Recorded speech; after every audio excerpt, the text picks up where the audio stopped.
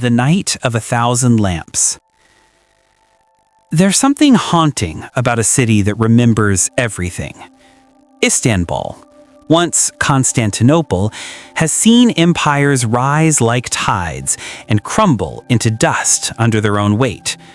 Its streets have carried the footsteps of emperors, crusaders, and merchants. Its air still hums with the murmurs of forgotten tongues: Greek, Latin, Arabic, Turkish.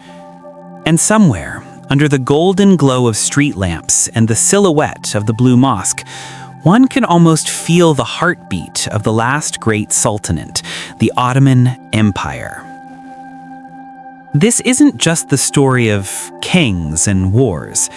It's the story of an idea, of how a small frontier tribe from the edge of a dying world built an empire that would stretch from the gates of Vienna to the deserts of Arabia, ruling for over 600 years. It's the story of ambition, faith, and the quiet tragedy of time. And like all great empires, it began in the dark. The edge of a broken world. Let's rewind to the late 13th century. The world as people knew it was collapsing. The Mongols had stormed through Asia, leaving shattered kingdoms in their wake. The Byzantine Empire, once the proud heir of Rome, had shrunk into a desperate fragment, a few cities clinging to the old glory of Constantinople. And in the rugged hills of northwestern Anatolia, a place of wind, dust, and shifting loyalties, a small Turkic tribe made camp. They were called the Kai, one of the many nomadic clans of the Oghuz Turks who had fled westward, escaping the Mongol storms. They wandered between pastures and valleys, their world measured in tents, horses, and the scent of smoke rising from campfires. Their leader was a man named Ertugrul, and somewhere among his sons was one who would become legend: Osman. Osman wasn't a conqueror yet, just a chieftain of a few hundred warriors. His land was barely a sliver between the collapsing Byzantine frontier and the more powerful Turkic beyliks that surrounded him. But Osman had something they didn't: a vision. According to the legend told by Ottoman chroniclers centuries later, Osman once had a dream. In it, a great tree grew from his chest, its branches stretching across the world, shading vast lands, rivers, and mountains. When he awoke, he told his wise mentor, Sheikh Edebali, what he had seen. Edebali smiled and said, "Osman, the tree you saw is your dynasty. You and your descendants shall rule for many generations, and your shadow shall fall across the earth." Of course, historians debate whether the dream was real or invented later, but it hardly matters. What matters is that it felt true, and sometimes history bends towards stories that people believe. The birth of an empire. Osman's early years were spent not in palaces, but on horseback. He fought against the Byzantines, seizing small fortresses like Bilecik and Yenişehir, slowly carving out territory at the empire's dying edge. Every raid, every skirmish, every village added a new piece to the puzzle of an empire not yet born. The Byzantines, tired and divided, dismissed him as another bandit lord. They had seen dozens like him before, bold for a season, gone by the next winter. But Osman had something different: a system. He united the wandering Ghazi warriors, Muslim frontiersmen who fought for faith and plunder, under his banner. He offered land to farmers, security to merchants, and justice through the new Islamic courts. It was crude at first, but it worked. The Ottoman Beylik became a magnet for refugees, dreamers, and warriors who wanted something greater. And slowly, as Byzantium crumbled, the Ottomans began to grow. When Osman died around 1326, his son Orhan took the reins, and Orhan, unlike his father, was not content with raids. He wanted cities. His first great prize was Bursa, captured in 1326. It became the first true Ottoman capital, a city of silk, markets, and marble mosques. From its walls flew a new flag, white with a crescent, and from its streets echoed the sound of the first Ottoman coin being minted in Orhan's name. An empire needs more than swords, it needs symbols, and Bursa was the beginning of both. The Long March to Empire. By the mid-14th century, the Ottomans were no longer a border tribe. They were becoming a state, organized, disciplined, and ambitious. They crossed into Europe, the first Turks to do so permanently. In 1354, after a devastating earthquake weakened the Byzantine fortress of Gallipoli, the Ottomans seized it. And that, quietly, almost accidentally, opened the floodgates to the Balkans. Imagine that moment. The wind howling over the Dardanelles, the creaking of wooden ships carrying men in worn leather armor across the straits. They looked back toward Asia one last time, the land of their fathers, and then forward to the green hills of Europe, a continent that would become both their battlefield and their home. In the decades that followed, Ottoman armies swept across Thrace, Macedonia, and Bulgaria. Cities fell, alliances shifted, and somewhere between 1360 and 1380, the world began to whisper a new name. Not just Osman's men, but the Ottomans. Under Murad I, they transformed again. Murad created a standing army, the Janissaries, recruited through the Devshirme system, where Christian boys were taken from their families, converted to Islam, and trained to serve the Sultan. It sounds brutal now, and it was, but it built an elite corps unmatched in loyalty and discipline. They were, in a strange way, both slaves and sons of the empire. They would become its sword, its shield, and later, its downfall. Murad also built a capital at Edirne, closer to Europe, a statement that the Ottomans no longer belonged to Asia alone. The shadow of empires. And then came the wars, endless, grinding wars. The Balkans became a chessboard of princes, crusaders, and sultans. At Kosovo, in 1389, Murad faced a coalition of Serb and Albanian forces. The battle was fierce, chaotic, and soaked in myth. Murad was killed on the field, stabbed, according to legend, by a Serbian noble pretending to surrender. But the Ottomans held the field. The Serbs were crushed, and in the smoke of that battlefield, the fate of southeastern Europe was sealed for centuries. Murad's son, Bayezid I, called Yildirim, the Thunderbolt, was not the patient builder his father was. He was fire incarnate. He galloped across the Balkans, conquering Bulgaria and besieging Constantinople itself in 1394. It seemed the old Roman capital would finally fall. But then, from the east, a new storm approached, one that would nearly erase the Ottomans forever. His name was Timur, or as the West called him, Tamerlane.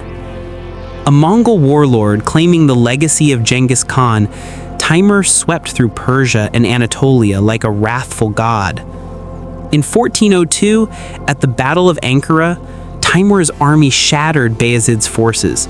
The Sultan himself was captured, humiliated, and, according to some stories, kept in a gilded cage until he died.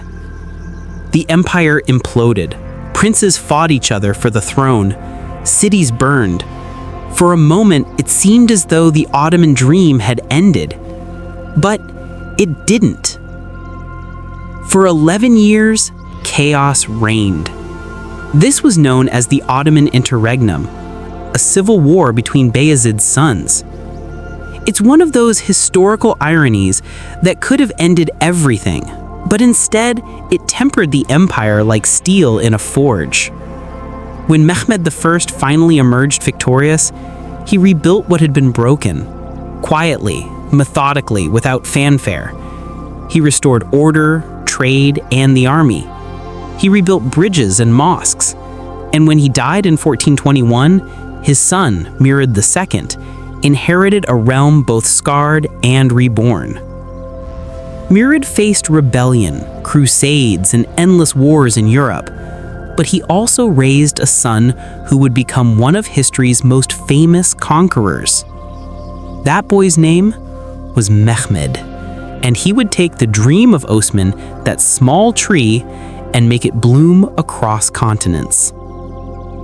The Age of Conquest, the fall of Constantinople. The year was 1451. The world stood on the edge of an ending, and in Edirne, a cold city on the European side of the strait, a 19-year-old sultan sat awake long after midnight, staring into the fire. His name was Mehmed, the son of Murad II, the boy who would be called Fatih, the Conqueror. He wasn't supposed to be extraordinary. When his father briefly abdicated earlier, the boy's rule had nearly collapsed under rebellion and foreign threat. The court had mocked him, the Venetians had laughed, and even his own advisors doubted him. But something had changed. In the quiet, between lessons in philosophy, science, and warfare, the young sultan had grown into a man possessed by a single burning idea, an obsession that would define his life. He wanted Constantinople. The dream of two worlds. For over 1,000 years, the city had stood, half European, half Asian, as the crown of empires. The Byzantines still held it, though by now it was a shadow of its former self. Once the heart of Rome's eastern half, it was now a relic, grand, stubborn, but surrounded by Ottoman lands on all sides. To Mehmed, that was intolerable. The city wasn't just a fortress. It was the key to legitimacy, a divine symbol. Whoever held Constantinople didn't just rule an empire, they ruled the hinge of the world. And so he began to plan. Mehmed was not a reckless warrior. He was a scholar, fluent in several languages, a student of Greek and Persian philosophy, and a patron of engineers and artists. He studied siege warfare with the obsession of a scientist. He brought in engineers from across Europe, including one Hungarian named Orban, who claimed he could build cannons larger than anything the world had seen. Mehmed listened, nodded, and said simply, "Then build them." What followed was something between genius and madness. Massive bronze cannons, some over 27 feet long, were forged in Edirne. The largest could fire a stone ball weighing more than half a ton. It took 60 oxen and 200 men just to move it. Everywhere the sound of hammering echoed through the Ottoman camps. Blacksmiths worked through the night. Timber was cut, roads repaired, bridges built. And when the spring of 1453 came, the greatest siege of the medieval world was ready. The walls of the world. Constantinople. Even now, centuries later, the name carries weight, like a sigh from another age. The city sat behind triple walls, immense layers of stone and earth that had defied centuries of siege. Beyond them, the great dome of Hagia Sophia rose like a second sun. Inside those walls, Emperor Constantine XI, Palaiologos, ruled what was left of Byzantium. A few thousand soldiers, some mercenaries, and the faith that God would protect his city. He knew he was outnumbered, maybe 7,000 defenders against an Ottoman force of nearly 80,000. But still, he refused to flee. As one chronicler wrote, "Better to die in the city of our fathers than to live as slaves of the Turk." It was courage and tragedy, both at once, The siege begins. On April 6, 1453, the Ottoman army appeared outside the Theodosian walls. The ground shook beneath the rumble of cannons, horses, and drums. Mehmed, now barely 21, set up his crimson tent on the hills overlooking the city, a young ruler facing the last emperor of Rome. The first shots thundered through the morning mist. Stone balls crashed into the ancient walls, sending dust and screams into the air. For 6 weeks, the bombardment continued, day and night. The sound became the heartbeat of the siege, echoing across the Bosphorus. The Byzantines, desperate and inventive, patched the breaches as fast as they were made. They melted church bells into cannonballs. They built wooden walls behind the broken stone. They prayed, but prayer could not stop the tide. The chain across the Golden Horn. Constantinople was surrounded by water on 3 sides: the Sea of Marmara to the south, the Bosphorus to the east, and the Golden Horn, a deep inlet to the north. To block the Ottoman navy, the Byzantines had stretched a massive chain across the mouth of the Horn, thick enough to halt any ship. And for a time, it worked. The Ottoman fleet, commanded by Balta Oglu, could not break through. The city held. But Mehmed was not a man to accept impossible. He called his engineers and said, "If we cannot sail into the Horn, we shall carry our ships there." The plan was insane, and yet it worked. In one of the most astonishing feats of military engineering in medieval history, the Ottomans built a wooden ramp of greased planks across the hills behind Galata. Over a single night, they dragged more than 70 ships across land on rollers pulled by oxen, powered by sheer will, and launched them directly into the Golden Horn behind the Byzantine defenses. When the sun rose the next morning, the people of Constantinople awoke to the impossible sight of Ottoman sails glimmering on the inner waters. Hope began to die. The last emperor. Inside the city, Emperor Constantine XI walked among his men. He wore no crown, no royal robes, only armor.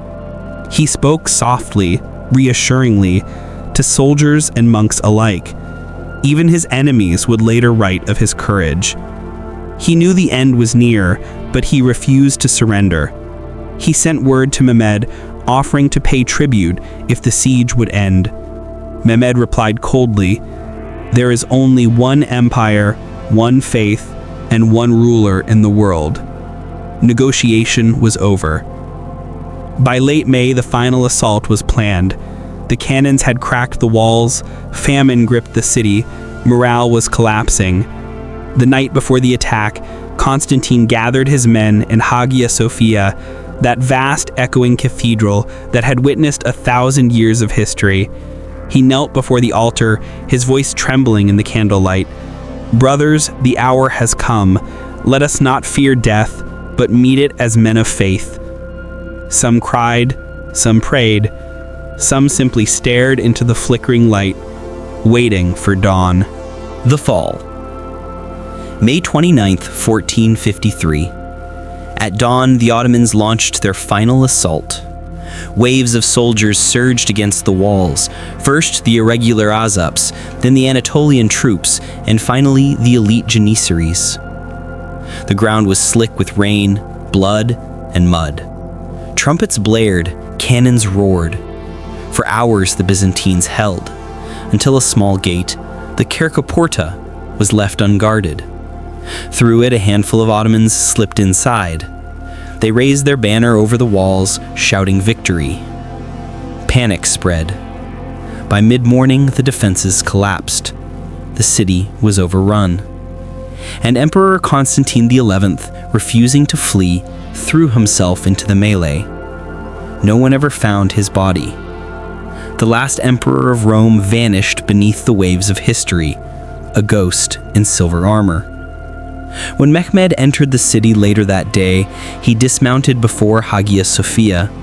He looked up at its vast dome, the symbol of a world that had resisted his people for 1,000 years, and whispered a verse from the Quran, La ilaha illallah, there is no God but God. Then he ordered the great church converted into a mosque. The cross was taken down, the crescent rose, and Constantinople became Istanbul, the new capital of the Ottoman Empire. The world reborn. The fall of Constantinople sent shockwaves through the world. In Europe, it was seen as the end of an age, the final collapse of the ancient Roman line. Scholars fled west, carrying with them manuscripts and ideas that would help ignite the Renaissance. Trade routes shifted, kings and popes panicked. But in the east, the Ottomans rejoiced. A new age had begun. Mehmed set about rebuilding his capital with relentless energy. He ordered palaces, bazaars, and mosques to rise from the ruins. He welcomed Greeks, Armenians, and Jews into the city, granting them protection and autonomy, not out of kindness, but pragmatism. An empire needed subjects, not corpses. He called scholars from Cairo, artists from Persia, and architects from everywhere in between. Slowly, the city came alive again, a place where the call to prayer mingled with the chatter of merchants and the tolling of distant bells. The new capital was not merely conquered, it was transformed. The dream fulfilled. For Mehmed, the conquest was more than victory, it was destiny. In his mind, he was not just a sultan, he was a new Caesar, heir to Rome and Islam alike. He styled himself Caesar-i-Rum, Caesar of the Romans. He sent ambassadors to Europe demanding recognition of his imperial title. Few answered, but it didn't matter. The Ottoman Empire was now the center of the world, a bridge between continents, cultures, and centuries. At night, it's said that Mehmed would climb to the top of the Galata Tower and look out over the sleeping city. The moonlight touched the domes and minarets, the Bosporus shimmered like silver. Somewhere below, prayers drifted from the mosques, blending with the sound of waves and the faint call of merchants closing their stalls. He had conquered the unconquerable, but already new ambitions stirred in his mind. The conquest of Italy, the dream of a world united under one banner. History, however, rarely gives anyone everything they want. The Golden Age, Suleiman the Magnificent. There's a saying that every empire has its sunrise, the moment when everything seems golden, endless, and untouchable. For the Ottomans, that sunrise came in the early 16th century when the empire stood tall under the rule of one man, Suleiman I, known to the world as Suleiman the Magnificent and to his subjects as Kanuni, the lawgiver.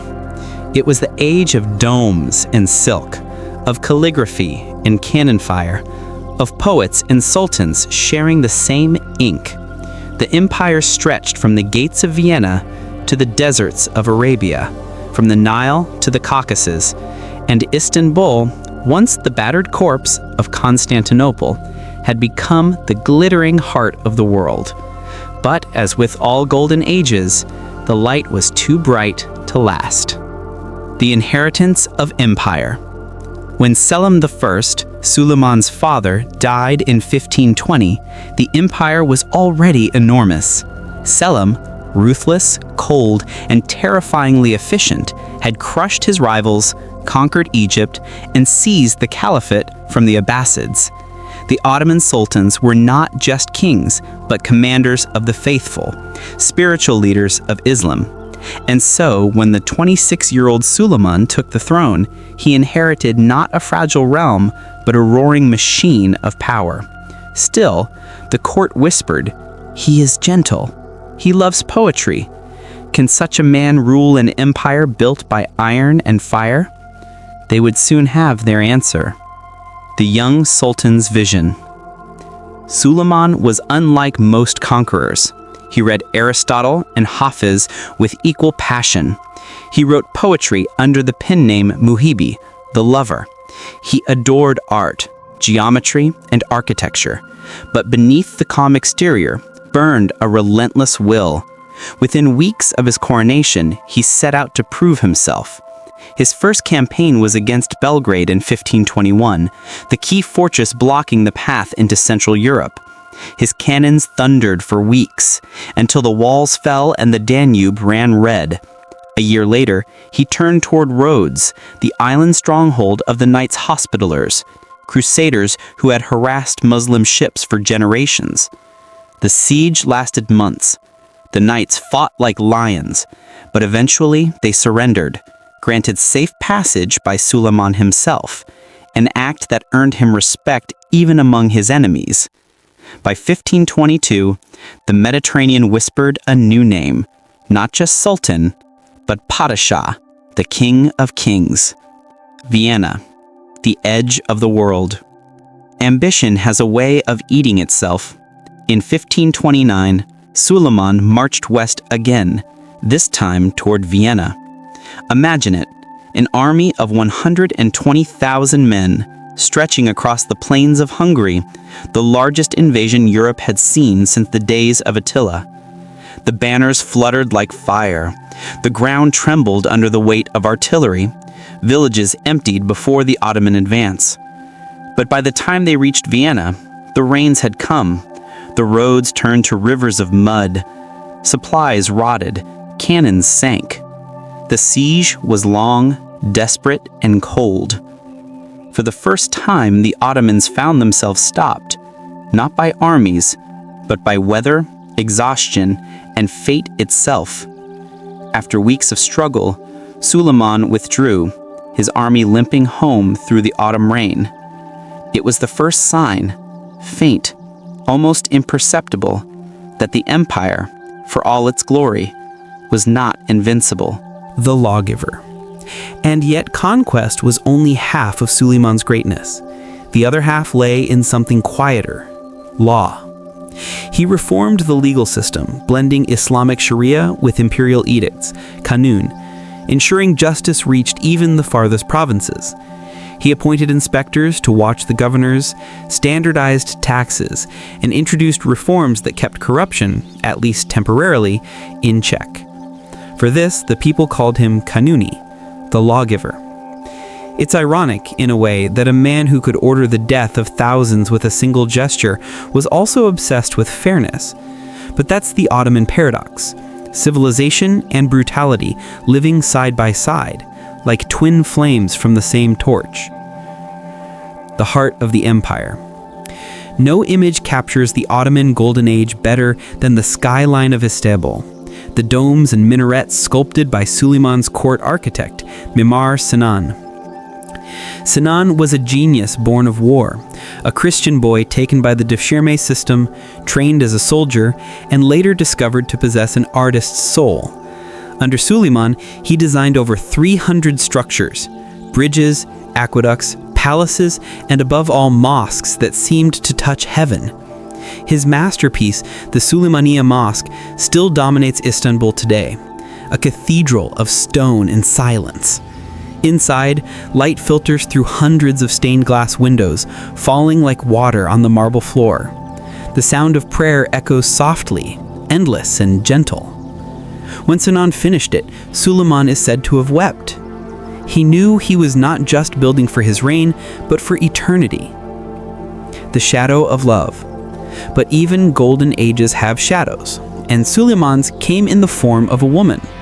Her name was Hurrem Sultan, though the world remembers her as Roxolana. She was born in Ruthenia, modern-day Ukraine, captured in a Tatar raid and brought to the Ottoman court as a concubine. There, through intelligence, charm, and sheer will, she rose from slave to queen. It was unprecedented. No sultan's concubine had ever married him, yet Suleiman broke tradition and made her his wife. Court officials were horrified. The poets whispered, but Suleiman didn't care. He was in love. Hurrem bore him several children, and with them came intrigue.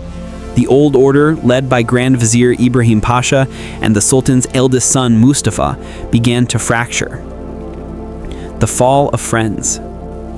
Ibrahim Pasha had been Suleiman's childhood friend, a man of dazzling charm and ambition. Together, they had conquered empires. But power is a fragile thing. As Ibrahim's wealth grew, so did his arrogance. He built palaces that rivaled the Sultan's own and began signing decrees with his own name, as though he were a king himself. Whispers reached Hurrem's ears. She warned Suleiman that his old friend had grown too powerful. The Sultan listened, reluctantly. One night in 1536, during a grand feast in the palace, Ibrahim Pasha was summoned to dine with the Sultan. They laughed, reminisced, drank wine late into the night. And when the candles burned low, guards entered the room. Ibrahim was strangled with a silken cord, the Ottoman method of royal execution, bloodless but absolute. When the sun rose, his body was gone. Suleiman never spoke of him again. The Prince and the Noose. The next tragedy came years later, more personal, more painful. Hurrem had long feared that Suleiman's eldest son, Prince Mustafa, would inherit the throne and threaten her own children. And in the Ottoman world, succession wasn't a birthright. It was a contest of survival. When a sultan died, his sons often killed one another to secure power. So rumors began to swirl. Mustafa was accused of conspiring with the Persians. Treason, they said. The evidence was thin, perhaps fabricated. But in the lonely corridors of power, paranoia grows like ivy. In 1553, during a campaign in Anatolia, Suleiman summoned Mustafa to his tent. The prince entered, bowing deeply, unaware of what awaited. At a signal, the Sultan's guards rushed forward. Mustafa fought them, shouting, "My father will not let this happen." But his father said nothing. When it was over, the prince lay lifeless on the carpet. Suleiman locked himself away for days. The empire celebrated publicly, but within the palace, silence hung like a ghost. Hurrem, the woman who had won the Sultan's heart, would not outlive him by long. She died a few years later, and Suleiman, the mighty lawgiver, was left an old man surrounded by marble, memories, and regret. The last campaign.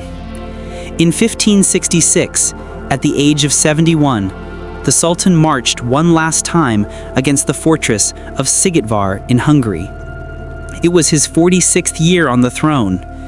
The empire stretched farther than it ever had before. But he could not stop. Conquest was not just ambition, it was his way of being alive. As the siege dragged on, illness crept through his body. He grew pale, weak, and feverish. Yet he refused to return home. In his tent, surrounded by maps and relics, he whispered prayers as the cannons roared outside. And one night, quietly, the great Sultan slipped away. His death was kept secret until the battle was won. When the fortress finally fell, the Grand Vizier announced the news. The soldiers wept. Even the enemy, upon hearing of his passing, lowered their flags in respect.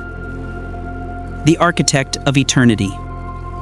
They buried him beside the Suleimani Mosque, the masterpiece he had built in life, and above his tomb they carved a single phrase: "Here lies Sultan Suleiman, servant of God, conqueror of the world." But his true monument was not marble or empire. It was the system he left behind, the law, the culture, the architecture, the dream of unity that would carry the Ottomans through centuries more. Still, time moves on. After Suleiman, the empire would never shine so brightly again. His sons and grandsons inherited his throne, but not his vision. Palaces grew softer, wars bloodier, and politics more poisonous. The sun had set. The long evening of the empire was about to begin. The twilight of glory. The year is 1566. In the fortress of Szigetvar, Hungary, rain falls like ash. The ground is thick with mud and blood, and the air smells of damp gunpowder and dying glory. On one side, the weary defenders, A few thousand Habsburg soldiers led by the indomitable Nikola Shubich Zrinski stand in the ruins of their shattered walls. On the other, an army of over 100,000 Ottomans prepares for one final assault. But this is not just another siege. This is the last campaign of Suleiman the Magnificent. The Sultan, now in his 70s, no longer rides at the head of his army. His body is failing. His vision blurs. His once powerful voice trembles. Yet even as his physicians beg him to return to Constantinople, Suleiman insists he must lead his men to victory one last time. In his tent, candles flicker in silence. The great conqueror lies on silken cushions, whispering prayers, perhaps knowing these are his final moments. Outside, the thunder of cannon shakes the earth. The Janissaries, still fiercely loyal, march through mud and smoke, carrying the banner of their dying sultan.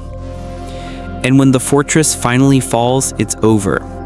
Not just for the defenders of Sigetfar, but for an era itself. Suleiman is dead. The heart of the empire has stopped beating. His death is kept secret for weeks as the army marches home, the smell of decay hidden with herbs and silence. His Grand Vizier, Sokolu Mehmed Pasha, ensures that no one, not even the soldiers, know that the man who once ruled half the known world now lies lifeless inside a golden carriage. When the cortege finally reaches Constantinople, the city mourns with a stillness that feels unnatural. The mosques toll with grief. The Bosporus glimmers like silver tears under the setting sun. The magnificent age of the Ottoman Empire has ended. What follows is a slow and almost imperceptible decline, the kind that creeps in quietly, like rot beneath polished wood. The empire is still vast, stretching from Hungary to Yemen, from Algiers to Baghdad. But the brilliance has dimmed. The palace grows quieter, the viziers more ambitious, the sultans more remote. Selim II, known rather cruelly as Selim the Sought, inherits the throne. He is a man of indulgence rather than inspiration. His empire is still powerful, yes, but his own interests lean more toward the pleasures of the harem and the vineyards of Anatolia. Under his rule, the empire wins the island of Cyprus, a glittering jewel in the Mediterranean, but loses its naval supremacy at the Battle of Lepanto in 1571. When a coalition of Christian fleets crushes the Ottoman navy in one of the largest sea battles in history. It's a shocking defeat, the first true sign that the tide has turned. Though the Ottomans rebuild their fleet quickly, the psychological damage lingers. For the first time in over 2 centuries, the empire no longer feels invincible. The decades that follow are filled with contradictions. Power and stagnation, glory and decay. Palace intrigues grow darker. The harem, once a private world of elegance and education, becomes a stage for political manipulation. The women behind the curtain, the mothers and wives of sultans, begin to shape policy from the shadows.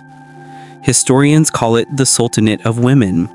And though that phrase was once used mockingly, it reflects a fascinating truth. As sultans grew weaker or younger, their mothers often ruled in their stead. Kösem Sultan, for example, effectively governs the empire through 3 reigns, outmaneuvering viziers and generals with chilling precision. She is both revered and feared, a queen mother in a world where women are not meant to rule. But beyond the palace walls, the empire's edges begin to fray. Corruption seeps into the provinces. Governors grow rich while soldiers go unpaid. The once elite Janissaries, who had been the disciplined heart of the Ottoman army, become politicized, more interested in palace politics than warfare. They start meddling in successions, deposing sultans they dislike and installing those who can be controlled. It's ironic, the very institution that once ensured the empire's survival now begins to corrode it from within. The bureaucracy, too, starts to swell. More scribes, more officials, more paper, less action. The once efficient administrative machine slows to a crawl. The grandeur of Suleiman's law, Kanuni Osmani, gives way to petty corruption and endless intrigue. By the early 16th century, revolts are breaking out across Anatolia. Bandits roam the countryside, taxes rise, and loyalty falters. And yet, somehow, the empire endures. Because the Ottomans are nothing if not resilient. Even in decline, they find moments of brilliance. The reign of Conqueror Mehmed Pasha in the mid-1600s breathes new life into the empire. He and his son, Fazıl Ahmed Pasha, lead sweeping reforms, restoring discipline and crushing rebellions. For a time, it seems the empire might recover its old vigor, but it's a flicker, not a flame. In 1683, the Ottomans march once more to the gates of Vienna, the same city they nearly took under Suleiman. But this time, things are different. The empire is older, slower, less certain of itself.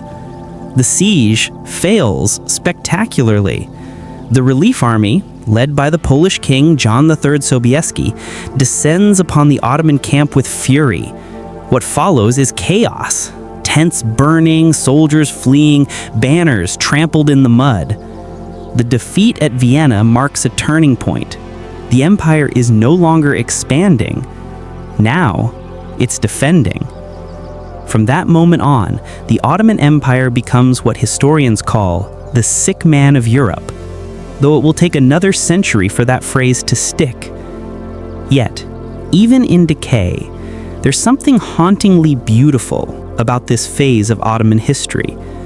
The architecture continues to soar, domes and minarets reaching toward heaven, shimmering with tile and calligraphy. Poets still write verses of divine love and melancholy. The call to prayer still echoes over the Bosphorus as fishermen cast their nets beneath a crimson sky. The empire may be faltering politically, but culturally, spiritually, artistically, it is still magnificent. Perhaps that's the most Ottoman thing of all, to decay gracefully, with beauty still intact. The empire in shadow, decline, rebellion, and the long 19th century. There's something almost tragic about an empire that refuses to die. By the late 18th century, the Ottoman Empire is no longer the unstoppable force it once was. It is tired, brittle, and stretched too thin. Yet, like an old lion scarred from countless battles, it still has that glimmer in its eyes, that faint echo of former majesty. Let's set the scene. It's the 1700s, and the world is changing faster than the Ottoman court can keep up with.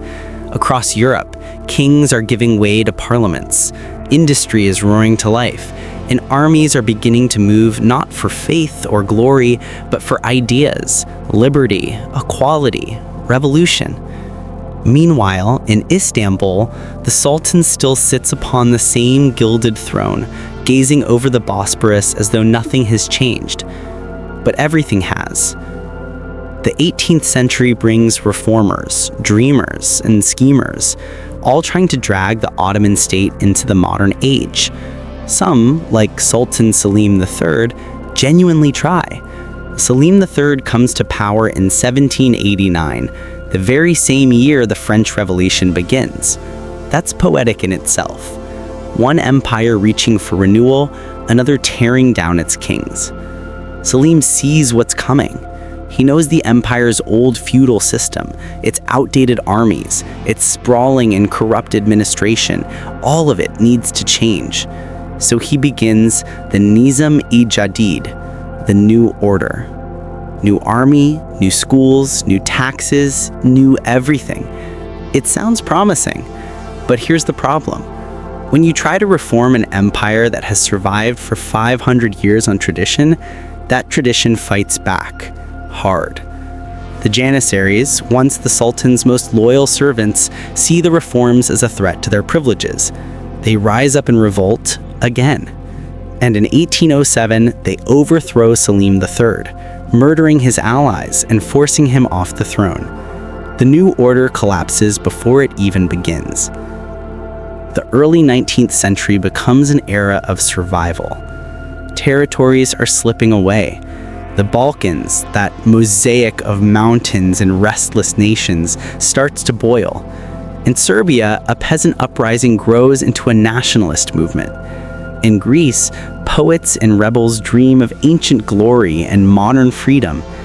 And for the first time, the Ottomans face not just rebellion, but rebellion inspired by ideas. The Greek War of Independence, 1821 to 1829, becomes a symbol across Europe. Romantic poets like Lord Byron write of Greek liberty, painting the Ottomans as tyrants of the East. The West, eager for a moral crusade, sends money, men, and sympathy to the rebels. The Ottomans fight back brutally. Massacres, scorched earth, the full machinery of imperial suppression, but it's not enough. By 1830, the Greeks have their independence. It's a wound the empire never truly recovers from. Enter Sultan Mahmud II, a man with a steely gaze and an iron heart. He learns from Selim's mistakes. If the old order refuses to change, he will destroy it. In 1826, Mahmud unleashes what he calls the auspicious incident. The name is darkly ironic. He gathers the Janissaries in the parade grounds of Istanbul under false pretenses, and then orders his loyal troops to open fire on them with cannon. Thousands die. The barracks burn for days. The streets run with the blood of the very soldiers who once guarded the throne. It's brutal. It's ruthless. It's effective. The Janissary Corps, that ancient institution, once the backbone of the Ottoman military, is gone. And in its ashes, Mahmud begins again. Western-style uniforms, European advisors, new schools, new ministries, and even, gasp, postal service. Mahmud trims the beard of the empire and gives it a fresh coat of polish. It's modernization by fire. But for every step forward, there's a fall waiting. By the mid-19th century, Europe's powers, Britain, France, Russia, Austria, no longer see the Ottomans as rivals, but as a problem to manage. They call it the Eastern Question. It's not, will the Ottoman Empire survive? It's, when it dies, who gets the pieces? And so begins a century of manipulation. The Russians want the Balkans and the Bosporus. The British want to keep Russia out to protect the route to India. The French want prestige, trade, and Catholic influence in the Holy Land. Everyone wants something from the Ottomans, and everyone is pretending to help them while tightening the noose. In 1853, it all comes to a head in the Crimean War. Russia invades Ottoman territory, claiming to protect Orthodox Christians. Britain and France, fearing Russian expansion, rush to the Ottomans' aid, not out of love, but out of strategy. For once, the empire fights alongside Europe instead of against it. Turkish soldiers march beside Frenchmen and British troops in Crimea, and the war ends with a nominal victory for the Ottomans. Nominal, because although they survive, the cost is catastrophic. The empire takes on massive foreign debt, becomes dependent on European loans, and its economy begins to crumble under the weight of modernization. Still, for a brief moment, Istanbul glows with hope. Railways, telegraphs, steamships, signs of progress light up the capital. And then comes the next big chapter, the Tanzimat reforms. The Tanzimat, meaning reorganization, begins in 1839 and continues for decades. It's an ambitious experiment: equal rights for Muslims and non-Muslims, a new legal code, new schools, new administration, new army, and perhaps most radical of all, the first Ottoman constitution in 1876. Imagine it.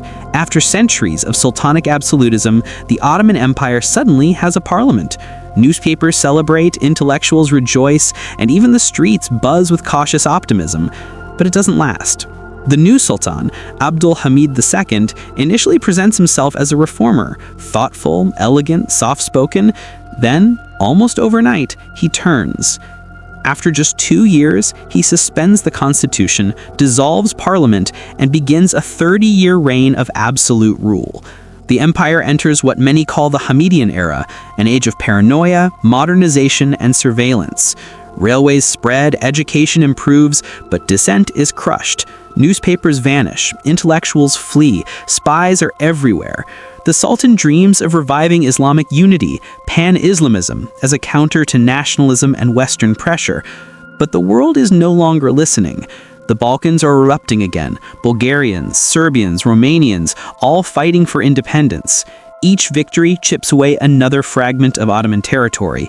The empire bleeds, but does not die. By the dawn of the 20th century, it's a ghost of what it once was, a sprawling, exhausted relic held together by habit and pride. Still, even in its final century, there's something strangely modern about the Ottomans. Istanbul hums with electricity and telegraphs, its streets filled with trams and French cafes. Poets write about freedom, women demand education, soldiers read about revolutions in Europe. The empire, for all its stubbornness, has become a mirror, reflecting the contradictions of modernity, faith and reform, tradition and rebellion, east and west. The Sultan rules, but the world has moved beyond sultans, and soon, so will the Ottomans. The fall of the Sultanate, war, revolution, and the end of empire. It's the dawn of the 20th century, but for the Ottoman Empire, it feels more like twilight. The air in Istanbul is heavy with contradictions, the clatter of trams echoing beside the call to prayer, French cafes filled with young men whispering about democracy, an empire still ruled by a sultan who refuses to let go of the past. Sultan Abdulhamid II sits behind the thick walls of Yildiz Palace, a man both feared and admired. He reads every letter, censors every newspaper, and trusts no one. Yet outside his window, a quiet storm is brewing, one that will sweep him and the Ottoman world into the furnace of modern history. The Young Turks and the dream of renewal. In the smoky cafes of Paris, Geneva, and Cairo, exiled Ottoman intellectuals gather in secret. They call themselves the Young Turks, idealists, revolutionaries, students, officers, bound by a single burning belief that the empire can only be saved through freedom. They dream of restoring the old constitution that Abdulhamid had buried in silence. They speak of equality, liberty, brotherhood, words that once toppled kings in Europe, now whispered in Turkish, Arabic, Albanian, and Armenian. And in 1908, that dream becomes reality. A group of reformist officers in the Balkans mutinies. Telegrams flash across the empire. Within weeks, cities erupt in celebration. The Sultan, faced with overwhelming revolt, yields. The constitution is restored. The parliament reconvenes. The empire cheers, as though reborn. Men dance in the streets. Christians and Muslims embrace. Newspapers declare a new dawn. The Sultanate has joined the modern world. But revolutions, as history tends to remind us, are easier to start than to control. An empire of many nations and none united. The Young Turk movement quickly fractures. Some dream of liberal democracy. Others push for Turkish nationalism. Ethnic and religious tensions that had been simmering for centuries now come to the surface. Arabs want autonomy. Armenians want equality. Albanians and Greeks want independence. And Europe, always eager to meddle, fans the flames. In 1912 and 1913, the Balkan Wars erupt. The once proud Ottoman army collapses in chaos. The empire loses almost all of its remaining European territories: Macedonia, Albania, Kosovo, Thessaloniki. For the first time since Osman I rode out of Anatolia, the Ottoman Empire is no longer a European power. Millions of refugees flood into Istanbul and Anatolia, weary, starving, broken. The dream of multicultural harmony lies in ruins. And as the empire reels from this humiliation, the world itself begins to slide towards catastrophe. The Great War and the Great Gamble. It's 1914. Europe stands on the edge of the abyss. The assassination of an archduke in Sarajevo sets off a chain reaction, and the world explodes into the First World War. For the Ottomans, it's a terrible choice. Stay neutral and risk being carved apart, or join one side and hope to survive. The Young Turk Triumvirate, 3 men, who now control the empire's fate, make their decision. Enver Pasha, Talat Pasha, and Jamel Pasha, idealists turned autocrats, gamble everything on an alliance with Germany. They believe a victory for the Central Powers will restore Ottoman glory. They are wrong. At first, there are flashes of hope. In 1915, Ottoman troops led by Mustafa Kemal, a name you should remember, turned back the Allied invasion at Gallipoli, a moment of astonishing courage that saves Istanbul from occupation. But elsewhere, the empire bleeds. British and Arab horses sweep through the deserts. Russian armies advance in the east. The empire's fragile communication lines snap under the weight of war. And in the chaos, a tragedy unfolds, one that will scar history forever. Between 1915 and 1917, under the cover of wartime paranoia, the Ottoman government orders the mass deportation and extermination of its Armenian population. Entire villages vanish. Caravans of starving refugees march into the Syrian desert. Historians still debate the scale and motives, but one truth remains. It was an unimaginable human catastrophe, one that still echoes painfully through time. By 1918, the empire is exhausted. The capital starves, the army is shattered. The once mighty sultanate, which had lasted longer than Rome, Byzantium, or Persia, now stands at death's door. The fall.